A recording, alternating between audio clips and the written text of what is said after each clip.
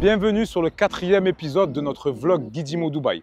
Nous sommes aujourd'hui à Al Khail Gate. J'ai décidé de me rendre ici car il y a beaucoup de polémiques au sujet des conditions de travail à Dubaï. Je vais vous montrer que la réalité est tout autre. Suivez-moi. Donc nous sommes dans la communauté de Al Khail Gate. Donc là, comme vous pouvez le voir, là on a le plan devant les yeux. Donc là, vous avez Al Khail Gate 2, juste ici, hop. Et là, vous avez Al Khail Gate 1. Et regardez, alors on n'est pas à Dubaï Hills, attention, mais vous voyez, terrain de football, centre commercial, terrain de basket, restaurant, playground, c'est parc pour enfants, une mosquée, cours de tennis, station essence, volleyball, salle de sport extérieure. Donc vous voyez, pour une résidence de travailleurs qui, comme certains le pensent, en sont à l'état d'esclavage, c'est plutôt pas mal. Croyez-moi que c'est plutôt pas mal. Et vous voyez, il y a de la verdure, il y a des jeux pour les enfants, les gens vivent normalement. Hein. Et on est à Dubaï, on est chez les travailleurs. Allez, c'est parti. Alors, on va commencer par faire un petit tour dans la résidence. Comme ça, je vais vous montrer un petit peu les installations qu'on peut retrouver dans une résidence de travailleurs. Alors, je sais très bien qu'à sortie de ce vlog, il y a des gens qui vont mettre dans les commentaires que je ne suis pas allé dans la pire des résidences. Alors, il faut savoir que Al Khail Gate, c'est une des plus grosses résidences de travailleurs à Dubaï.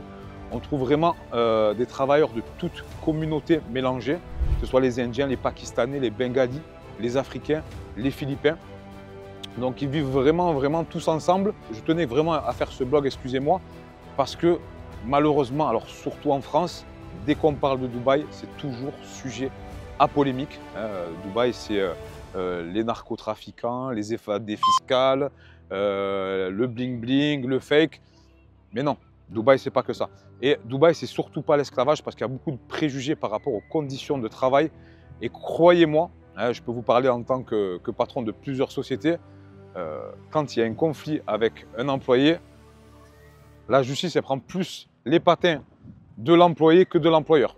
Croyez-moi. Et ça, malheureusement, c'est une réputation qui a été fondée par rapport à des raccourcis que les gens font. Et je vais vous aider avec du bon sens, bien entendu, à démonter tous ces raccourcis. Et vous allez voir que tout ce que je dis, ça a du sens. Alors, pour commencer, première des choses, et ça va être la base de tout. Il faut savoir que toutes les personnes qui viennent travailler à Dubaï depuis ces pays ne sont pas forcées à venir travailler. On leur a pas mis un couteau sur la gorge en lui disant tu vas travailler à Dubaï et tu n'as pas le choix, c'est comme ça. Il faut savoir, je vais même aller encore plus loin, que toutes ces personnes qui viennent vivre à Dubaï, qui viennent travailler à Dubaï, ils viennent, comment vous dire, avec plaisir parce que c'est limite le but d'une vie pour certaines personnes. Pour avoir depuis 5 ans que je suis ici échangé avec pas mal de taxis, d'agents de sécurité, tout ça, c'est vraiment un objectif pour ces personnes qui quittent leur pays de venir travailler à Dubaï parce qu'on ne va pas se mentir, ils ne sont pas aussi bien lotis malgré ce que vous pouvez penser. Donc, ce qu'on va faire, on va faire preuve de bon sens. Je vais vous poser des questions. Je vais vous poser des questions et je vous laisse y répondre en même temps que vous regardez la vidéo. Alors, premièrement, première question. Est-ce que vous pensez que pour ces personnes-là, trouver du travail dans leur pays d'origine est si facile que ça? Je vous laisse répondre si vous voulez, vous pouvez même noter sur un papier. Deuxième question, dans le meilleur des cas, s'ils trouvent un travail dans leur pays d'origine, est-ce que vous pensez qu'ils vont travailler dans les mêmes conditions qu'ils travaillent à Dubaï? Alors, très simple, on va mettre les pieds dans le plat directement. On va parler, on va dire, du travail le plus dur, travailler dans la construction. Parce que c'est vrai qu'à Dubaï, ça construit des tours tous les 50 mètres, si vous voulez. Mais aujourd'hui, il faut savoir que quand tu travailles dans la construction à Dubaï, tu as un bus qui vient te chercher. Hein. Tu as des chaussures de sécurité neuves et à ta taille. Tu as une combinaison adaptée pour pouvoir travailler.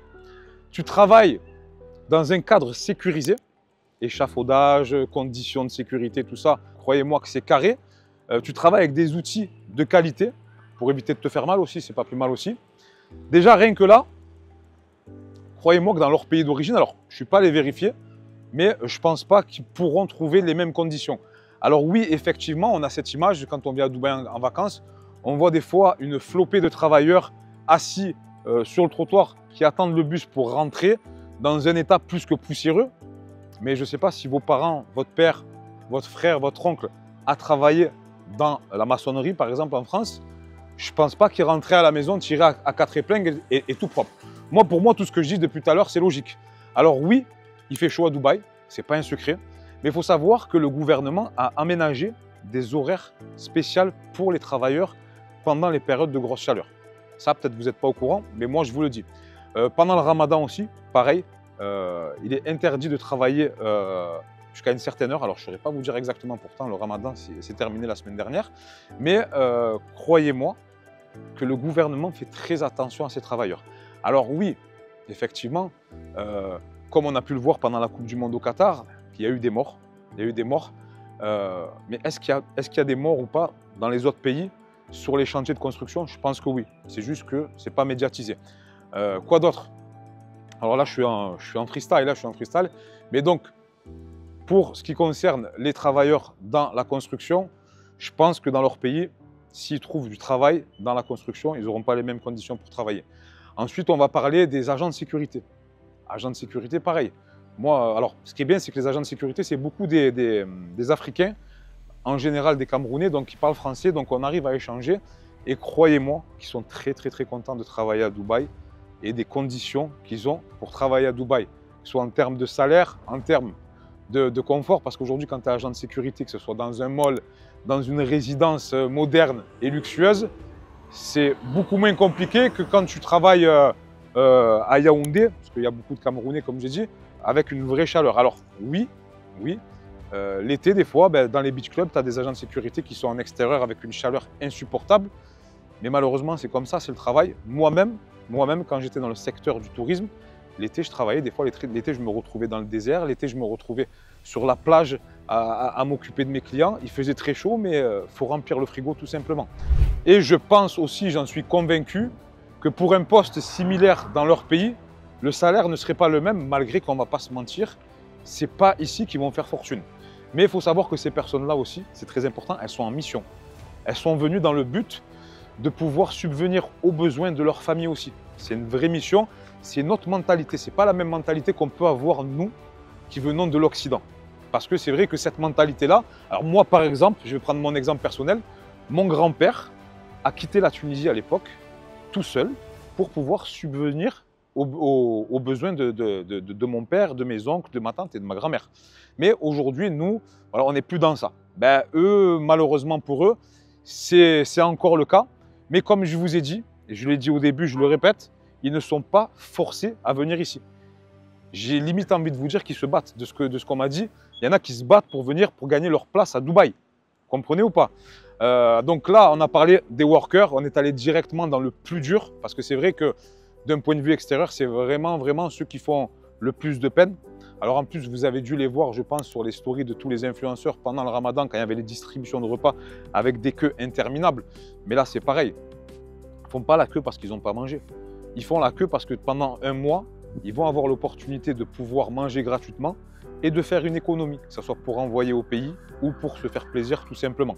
Donc, attention aux raccourcis. Attention aux raccourcis parce que quand je vois tout ce que j'entends, tout ce que je vois sur les réseaux, sur certaines vidéos YouTube, et je sais que je vais avoir des commentaires très négatifs, mais j'estime que ce que je vous dis depuis tout à l'heure, ça a du sens. Alors, on a parlé des workers dans la construction.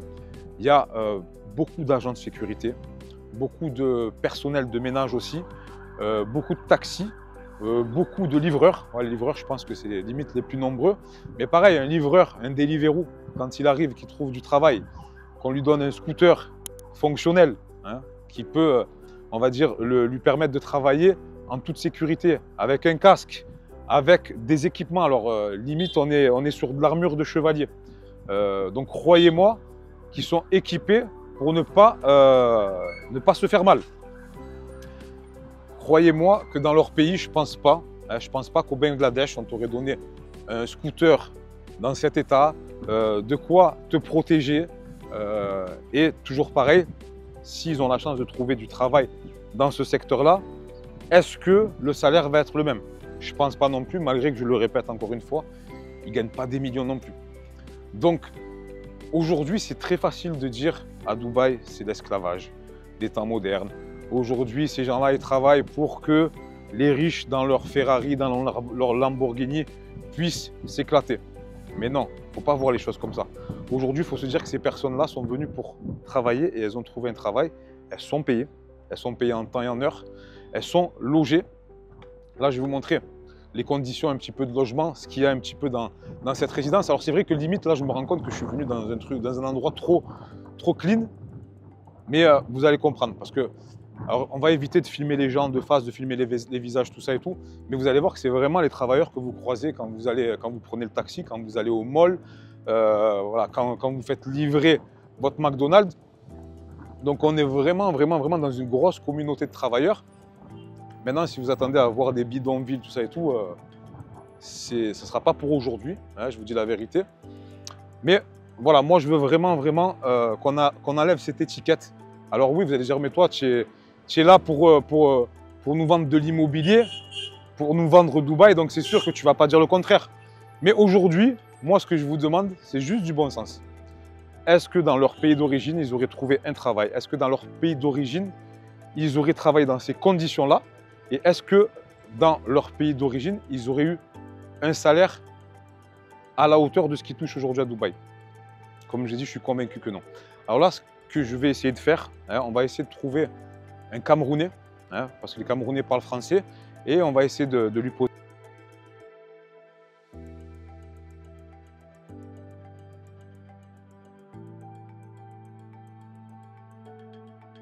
en live, pourra nous dire.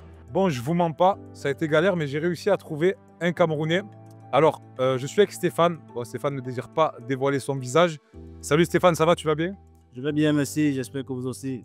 Oui, ça va. On n'est pas en live, hein, Stéphane, on n'est pas en live, donc c'est pour YouTube. Alors, je vais te poser quelques questions, Stéphane. Alors, les réponses ne sont pas préparées, tu n'es pas payé pour que tu puisses dire ce qui m'intéresse ou pas. Maintenant, la première question, Stéphane, tu es de quelle origine? Là, je suis camerounais. Oui. Tu es sur Dubaï depuis combien de temps? Aujourd'hui, ça fait 2 ans et demi que je suis sur Dubaï. Est-ce que tu t'y plais? Est-ce que tu regrettes d'avoir quitté le Cameroun? Bon, pour dire vrai, pour être sincère, non. Je ne regrette pas parce que quoi? Parce que les conditions, ce que je vis à Dubaï, je n'ai pas eu la chance de l'avoir dans mon pays. Et c'est même la raison qui m'a poussé à venir sur Dubaï. D'accord. Et tu faisais quoi quand tu étais au Cameroun et tu fais quoi aujourd'hui à Dubaï? En fait, quand j'étais au Cameroun, j'étais commerçant. Je vendais des articles à mon propre compte. Mais je ne m'en sortais pas du tout. Les fins du mois étaient difficiles à arrondir. Bon, c'est ça qui m'a poussé à venir aller en aventure. Et aujourd'hui, tu fais quoi à Dubaï? Aujourd'hui, je suis dans la sécurité. Aujourd'hui, je suis dans la sécurité dans une compagnie. Et tu es content de ton poste? J'ai pas eu le choix parce qu'au départ, quand je suis arrivé, je voulais bien faire dans le métier que j'ai appris au pays. Au pays, je faisais dans l'infographie. Mais je suis arrivé sur Dubaï, j'ai pas eu la chance d'avoir un poste dans ce domaine-là. Alors, j'ai postulé dans la sécurité et aujourd'hui, je fais dans la sécurité. Et je ne peux pas dire que je n'aime pas, plutôt je m'en sors. Ma petite famille que j'ai laissée dans mon pays, j'ai réussi au moins à prendre soin d'eux avec ce travail que je fais ici. Bon, je vais dire que je suis heureux. D'accord. Donc les conditions de travail, elles sont bien. Excuse-moi du mot, mais bon, tu sais qu'en France, ils disent qu'à Dubaï, les gens, ils sont traités un peu comme des esclaves. En ce qui concerne la sécurité, le domaine dans lequel je suis, je ne vais pas dire que les conditions sont très dures. Je ne veux pas aussi dire que les conditions sont faciles. Parce que c'est vrai qu'en ce qui concerne la sécurité, on a rarement des jours de repos dans ma compagnie. Et mon travail, on est presque tout le temps debout. Oui, c'est extrêmement fatigant. Mais on a aussi des heures de petites pauses qui nous permettent d'aller, parce qu'en une journée, on peut prendre même 4 fois la pause, aller prendre de quoi comment je vais dire, de quoi manger, de quoi boire. Il y a cette petite pause-là. D'accord. Alors, donc tu as dit que tu n'as pas beaucoup de jours de repos, mais est-ce que tous tes jours sont payés? Parce que Ok, admettons, si dans une semaine, tu n'as pas de jour de repos, est-ce que tu es payé tes 7 jours ou pas? Non, les jours de repos, en fait, normalement, on a un jour de repos par semaine. Mais quand tu travailles ces jours de repos-là, tu es payé. La compagnie, elle considère que tu es payé ces jours où tu viens travailler. euh, Alors, attends, excuse-moi, parce que voilà, tu es censé travailler 6 jours sur 7, c'est ça? oui, Et des fois, ça t'arrive de travailler 7 jours. D'accord. Mais quand quand tu travailles 7 jours, est-ce que cette journée en plus où tu travailles, ils te la payent ou pas? la compagnie paye cette journée-là. D'accord. Donc voilà. Tu aimerais avoir plus de repos des fois. Alors, moi, je sais moi, je connais un agent de sécurité qui travaille dans mon building. Il aimerait travailler son jour de repos, par exemple, aussi. Est-ce que c'est toi qui demandes ou est-ce qu'on t'oblige? Euh, parfois la compagnie t'oblige, mais parfois c'est toi qui demande. Parce qu'à un moment donné, moi particulièrement, je vais parler de mon cas. Moi, je suis venu ici, moi, je me considère comme un aventurier. Je suis venu chercher des postes payés pour ma famille. Alors, je me dis, je suis ici pour travailler. Alors, si je peux travailler comme me paye, moi, ça m'arrange. C'est vrai qu'on dit le corps a parfois besoin de repos. Mais parfois, quand tu insistes à la compagnie que tu veux te reposer, non, ils te laissent, tu te reposes. Ils te donnent, on programme une journée où tu vas te reposer. Mais généralement, c'est nous qui disons on veut travailler, on veut travailler, on veut travailler. Parce que quand tu sors pour travailler, la compagnie te paye ces journées-là. D'accord. Bah, écoute, bah, c'est très intéressant ce que tu nous as dit. Maintenant, est-ce que tu regrettes ton choix? Est-ce que tu penses que les personnes, mais par exemple les Camerounais qui s'installent à Dubaï pour venir travailler, est-ce que tu penses qu'ils regrettent? Est-ce que tu penses qu'ils ont fait ça de force? Est-ce que, voilà, parce que voilà, aujourd'hui on aimerait vraiment savoir un petit peu vraiment de l'intérieur le vrai ressenti. En fait, comme j'ai dit au départ, euh, je suis venu en aventure. Je considère que tous ceux qui sont ici, mes frères camerounais, ils sont ici, ils sont là, ils sont en aventure. Nous sommes ici parce que, vous dire vrai, les conditions de notre pays nous ont poussés à sortir du pays. Parce que si c'est ce qu'on vit ici à Dubaï, on l'avait eu dans notre pays, on ne serait pas venu à Dubaï. Alors les conditions de Dubaï nous permettent de subvenir déjà aux besoins de notre famille, subvenir à nos petites responsabilités. Alors moi, je ne vais pas dire que je regrette. Et je pense que mes frères qui sont ici, aux yeux, ils ne regrettent pas. Parce que vous dites vrai, si quelqu'un regrette, il ne serait pas ici. D'accord. Ah, excuse-moi, je t'ai coupé. Et le travail que tu fais ici à Dubaï, est-ce que au Cameroun, tu aurais eu un salaire équivalent ou meilleur ou moins bon? Et est-ce que les conditions de travail seraient meilleures, moins bonnes ou équivalentes? Ouais. En ce qui concerne le salaire, pour dire vrai, Dubaï me paye 3 fois mieux que le salaire que je recevais, qu'un agent de sécurité reçoit dans mon pays. Ça, c'est sans me mentir. Sans me Les mentir. conditions, est-ce qu'être agent de sécurité à Dubaï, c'est plus tranquille qu'au Cameroun? C'est 1000 fois mieux, 1000 fois plus tranquille. Parce que pour dire vrai, c'est juste, bon, c'est pas juste, c'est être là, orienter les gens quand ils ont besoin d'un service, diriger les personnes, s'il y a un petit truc, s'il y a un incident, être là pour faire du rapport. C'est tranquille, c'est tranquille, c'est tranquille. D'accord. Ben, Stéphane, je pense que tu as éclairci notre lanterne. Merci Stéphane. Je te souhaite bon courage. En tout cas, je tiens à dire que l'endroit où tu habites, franchement, je suis déjà venu, mais je suis agréablement surpris, franchement. Je pense que même en France, dans certaines banlieues, on n'a pas les installations et la qualité de vie que vous avez ici.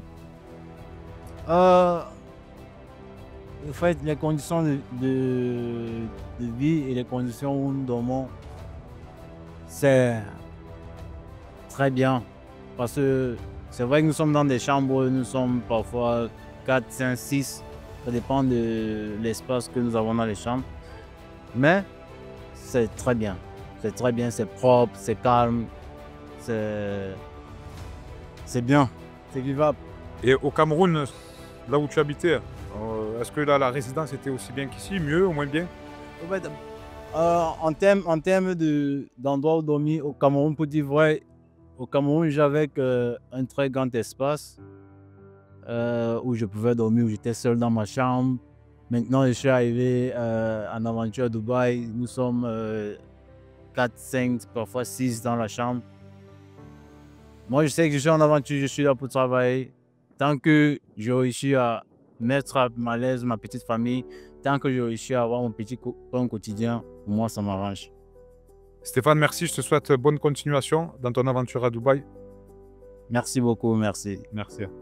Alors, c'est vrai que on a pu voir sur YouTube notamment certaines immersions similaires où les gens rentraient dans des bâtiments comme ça, où les travailleurs étaient à 8, 10, des fois plus dans un appartement, où ça cuisinait limite à même le sol.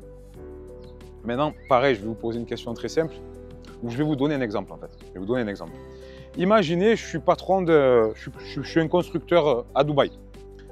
J'ai ma société de construction, j'ai mes employés, et j'ai décidé de faire une expérience. Je vais prendre 10 de ces employés-là, je vais leur louer, leur mettre à disposition une villa à La Palme avec 10 chambres, 10 salles de bain, 10 toilettes, une piscine gigantesque. Vous me suivez ou pas? Donc voilà, je vais faire un mix, je vais prendre des Indiens, des Pakistanais, des Bengalis. Ils seront 10. C'est une expérience, on va dire. Je reviens un mois après. Dans quel état vous pensez que je vais trouver la maison? Alors attention, ne me faites pas dire ce que je n'ai pas dit. Je ne suis pas en train de dire que la maison va être sale ou que les meubles auront disparu. Par contre, je suis convaincu d'une chose. Je suis convaincu que sur ces 10 personnes, tu en as peut-être la moitié qui vont se dire, ben écoute, j'ai mon frère, j'ai mon cousin, j'ai mon voisin, j'ai mon collègue du travail qui ne vit pas dans les meilleures des conditions, je vais le faire venir. Je vais le faire venir par solidarité. Et tu as l'autre moitié qui vont y voir un moyen financier, un moyen de financer tout ça. Je ne sais pas si vous me comprenez. Là, il y en a qui vont se dire, mais écoute, la maison, elle est immense. Il y a moyen que dans le salon, on mette 50 personnes. Il y a moyen que dans chaque chambre, on rajoute 10 personnes en plus. Il y a moyen de faire un billet. Il y a moyen de gratter un billet. Donc, on ne va pas s'en priver. Donc, moi, je reviens un mois après voir les employés que j'ai logés dans ce qui est peut-être le plus bel endroit de Dubaï. Ben, croyez-moi que ça va avoir aucun rapport avec ce que j'ai pu laisser le premier jour. Croyez-moi que dans la jolie piscine à débordement, il va y avoir des slips en train de sécher sur le transat. Mais tout simplement parce que c'est dans leur mentalité aussi. Ça, c'est important. Ça, c'est important. J'ai mis du temps à l'assimiler. Moi, à l'époque, quand je sortais, quand j'allais au mall, par exemple, je me faisais bousculer avec vraiment une force limite surprenante. Bon, on ne me disait pas pardon. Alors, au début, je le prenais mal parce que je suis arrivé avec ma mentalité française. Et à la fin, j'ai fini par comprendre qu'en fait, c'était comme ça, dans leurs mœurs. C'est pas parce qu'on t'a bousculé qu'on va te dire pardon. C'est pas parce que tu es dans un ascenseur confiné que la personne elle va être au téléphone, elle va hurler dans l'ascenseur, elle n'a pas l'impression qu'elle te dérange. Mais nous, chez nous, ce ne sont pas des choses qui se font. Donc au début, tu le prends mal, mais après, tu t'y habitues. Pas tout le temps, je ne vais pas vous mentir, pas tout le temps. Mais j'ai mis du temps à comprendre qu'ils n'avaient pas du tout les mêmes mœurs que nous. Il faut savoir qu'il y a des gens qui viennent ici, ils n'ont jamais vu un ascenseur. Il faut savoir que dans certains pays, quand le train il est plein, ils montent sur le toit. Et ces gens-là, ils travaillent à Dubaï. Donc, ils n'ont pas la même mentalité que nous. Donc, quand vous voyez dans un documentaire une chambre remplie de workers avec des gens qui dorment même sous le lit, c'est juste que pour eux, ce n'est pas un truc de fou, c'est normal. C'est normal, il y a de la solidarité, il y a de l'économie, il y a de la gratte à faire, hein, pour parler très vulgairement limite. Mais en tout cas, comme je l'ai dit, l'exemple de la villa à La Palme pour 10 personnes, croyez-moi que c'est un exemple concret. Donc faites attention quand vous voyez des images parce que c'est souvent sorti du contexte. En plus de ça, ben, on est des êtres humains, on a un cœur et c'est sûr que ça peut faire de la peine. Et derrière, on peut avoir des mauvaises pensées. Mais je vais aller encore plus loin. Est-ce que ces personnes-là, dans leur pays d'origine, elles sont mieux logées que ce qu'elles sont ici, même dans des conditions qui sont, pour nous, occidentaux, pas vivables? Posez-vous toutes ces questions hein, et vous allez comprendre qu'en fait, ils sont contents d'être ici. Pareil, moi, vous savez, quand je suis arrivé, alors là, je vais vous donner une anecdote de mon expérience personnelle. Quand je suis arrivé, la première fois, j'étais invité chez des amis qui avaient une maid, une nanny. Alors nous, on était invités à manger. Dès que je finissais mon assiette, il y avait la nanny qui venait, qui récupérait mon assiette, qui nettoyait la table. Alors, pour être sincère avec vous, moi et ma femme, on était très mal à l'aise parce qu'on n'est pas habitué à ça. Mais avec le temps, on s'y est habitué. Alors, attention, c'est pas parce que c'est une nanny qu'elle est là pour faire le ménage, pour garder les enfants, qu'il ne faut pas lui donner du respect. Mais nous, aujourd'hui, par exemple, ça fait 5 ans qu'on a la même nanny. Elle fait partie limite intégralement de la famille. On la respecte, les enfants la respectent. On lui donne du travail, on lui donne un salaire. Et au final, c'est sûr que quand on a des invités, ils voient la nanny. Alors je ne vais pas dire qu'ils ont de la peine parce que la nôtre, elle est très très bien tombée. Mais ça leur fait bizarre. Tout simplement parce que ce n'est pas dans nos mœurs à nous. Et croyez-moi qu'aujourd'hui, une nanny qui trouve du travail dans une famille qui va lui donner un salaire et du respect, croyez-moi qu'elle n'a pas envie de rentrer chez elle. Donc vous voyez, c'est plein de petits exemples que je vous ai donnés. Parce qu'aujourd'hui, on fait vite le raccourci entre donner, on va dire, du travail, donner une opportunité à une personne et dire que c'est de l'esclavage. Donc pour conclure, comme vous avez pu le voir, on est venu en immersion, on va dire, à Al Khail Gate, qui n'est pas, pour être sincère avec vous, la pire des communautés de travailleurs. J'ai même été très agréablement surpris. Mais voilà, aujourd'hui, c'est une des plus grandes communautés de travailleurs à Dubaï. On y trouve vraiment un petit peu toutes les origines, tout type de travailleurs. Et comme on a pu le constater avec Stéphane lors de l'interview que je lui ai faite, aujourd'hui, Stéphane est content d'être ici. Alors c'est vrai qu'il a le manque de la famille, mais ses conditions de vie, ses conditions de travail, ses conditions salariales ne sont pas déplorables. Bien au contraire, il y trouve son compte, beaucoup mieux que ce qu'il y trouvait au Cameroun. Donc, moi, bien entendu, j'aime Dubaï. Je vous partage Dubaï avec la plus grande objectivité possible. Mais c'est vrai que cette étiquette aujourd'hui que Dubaï a sur le dos, quand on parle d'esclavage, on parle quand même de mots très forts. Je pense que ce n'est pas justifié. Et croyez-moi, comme je vous l'ai dit, aujourd'hui, ces personnes-là ne viennent pas de force, sont venues de leur plein gré. Alors, certaines personnes sont venues vraiment pour se sacrifier, mais d'autres personnes prennent du plaisir à être ici, à vivre ici, à pouvoir, à leur échelle, profiter de la qualité de vie qui est à Dubaï. Donc, si vous avez apprécié ce petit vlog, c'était même un documentaire, une immersion, n'hésitez pas à liker, à vous abonner, à commenter dans le respect bien entendu. Et je vous dis rendez-vous au prochain épisode.